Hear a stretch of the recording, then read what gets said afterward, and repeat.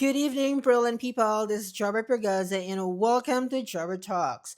Tonight, I'm going to talk to you about this comment because I believe, like some of you here, you are curious about my next plan if ever I'm going to end up my journey here. Meron pa ba akong planong pumunta sa another country in the world and then magtuturo din doon kagaya ng ginawa ko here in Taiwan? Well, to talk to you about this comment straight to the point, I just want to say that wala na po akong planong pumunta pa sa ibang country. If ever na matapos po yung journey ko here in Taiwan, the next thing that I'm going to do is to go back to the Philippines. Ako po yung foreign teacher dito na hindi nangangarap na magstay here forever. Kasi may mga foreign teachers po dito na currently nag-aaral po sila ng Mandarin because they want to stay here for long. Hindi po ako ganun na teacher dito sa Taiwan. Ang plano ko po dito is to stay here for just a couple of years and then after that, babalik po ako sa Philippines. Kasi for me, kahit na mahirap po yung country natin, kahit sa ngayon nababalo tayo ng corruption and some other problems in our country, still, sasabihin ko pa rin na Philippines is our home and for me still the beautiful place that we can settle kasi kultura po natin ang namumutawi sa bansang yan. So it's easier for us to navigate and talk to people, to integrate ourselves to the community because it's our country. So for me still Philippines is our beautiful home. There's no place like the Philippines. There's no place like home. Parang ganun yung konsepto, okay? So, if ever man po na matapos yung journey ko dito, babalik po ako sa ating country. Well, I'm not saying that Thailand is not a good country because napakarami pong Filipino currently na nagsisettle sa Thailand and in fact, ang tagal-tagal na po nila sa bansang yan. That means to say, maganda po ang Thailand para sa mga Filipino people, especially for teachers. Napakarami pong Filipino teachers right now in Thailand. So maganda din po siyang destination para sa mga Filipino teachers.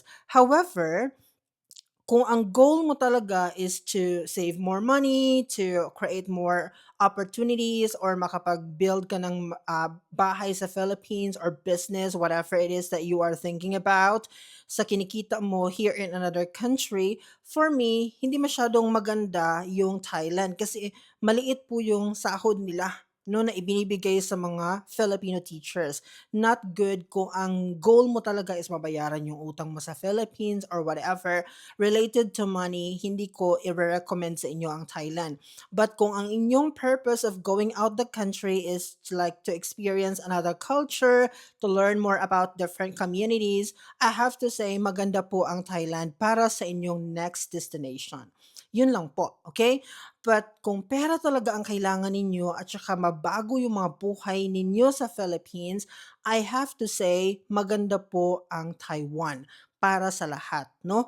Kung lilisanin ko man po ang country na ito, that doesn't mean na pangit po siya. Kasi gaya nga ng sinabi ko sa inyo before, magkaiba po ang ating mga kwento at ating mga experiences here. So even if lisanin ko man yung country na ito, I have to really say, wag po kayong panghinaan. Okay? Do not demotivate yourself na maghinto na lang sa pangarap mo here kasi nakita mo yung video ko. No, do not do that one. Keep going. I-push mo pa rin yung pangarap mo to come here and see for yourself. Experience mo kung ano yung nandito. Okay? Kasi ako personally, I have to say, maganda po ang bansang ito para sa mga Filipino talaga.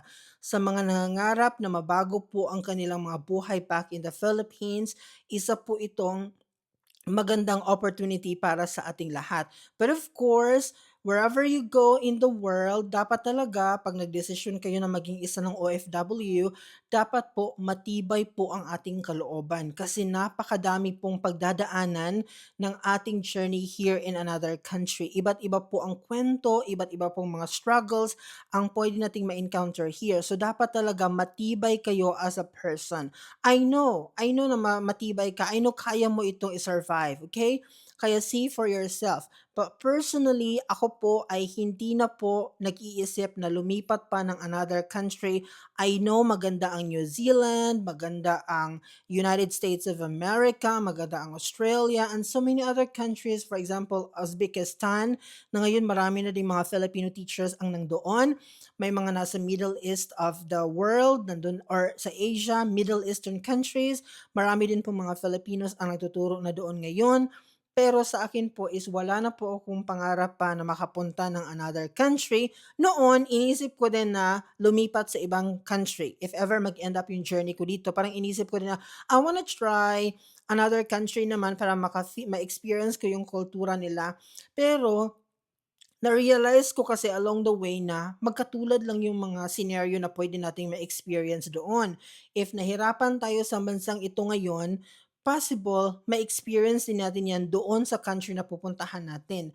Kaya kung kayo, nagtagal na kayo sa bansang yan, for example, Taiwan, medyo matagal na kayo dito, wag na kayong umatras. I-push forward ninyo until such time na ma-feel ninyo na ready na kayo to go back to the Philippines. Ganun yung konsepto, okay?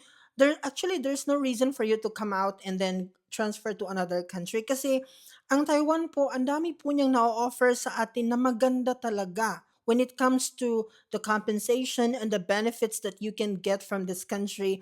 For me, isa siya sa pinakagandang na offer sa mga Filipino teachers all over the world. Kaya kung nakapasok na kayo dito, do not think of going out and transfer to another country kasi maganda na po ito. Right after here, maybe you could think of going back to the Philippines for good. Parang ganun na lang yung sitwasyon. Kasi yun din yung akin eh. If ever matapos yung journey ko here, I'm going to go back to the Philippines and mag-settle doon, mag-create ng panibagong journey, and mamuhay ng simple. Gaya ng ginagawa ko before, I just wanna experience back again kung ano yung buhay ko sa Philippines before. Actually, na-miss ko siya. Na-miss ko talaga yung life ko before na masaya, maraming kaibigan, yung mga colleagues natin. We can get together, move to another area, mag-night swimming, for example, or night trip together with your friends and talk to them na walang humpay na tawanan, napakasaya. Na-miss ko yung moment na yun because you cannot do that one here in another country. It could be kung mag-create ka talaga ng grupo dito, you find your circle and then you get together if you have your free time, pwede naman. Pero iba talaga yung setup pag nandoon tayo sa Philippines. Yung freedom na andun lang tayo sa sarili nating country, you cannot find that one in another country. So, yun lang po. Parang ganun yung naiisip ko na right after yung paghihirap ko in another country, the main goal talaga is to go back to my home, to my country, to my beloved Philippines. Yun lang po at maraming salamat. Bye-bye!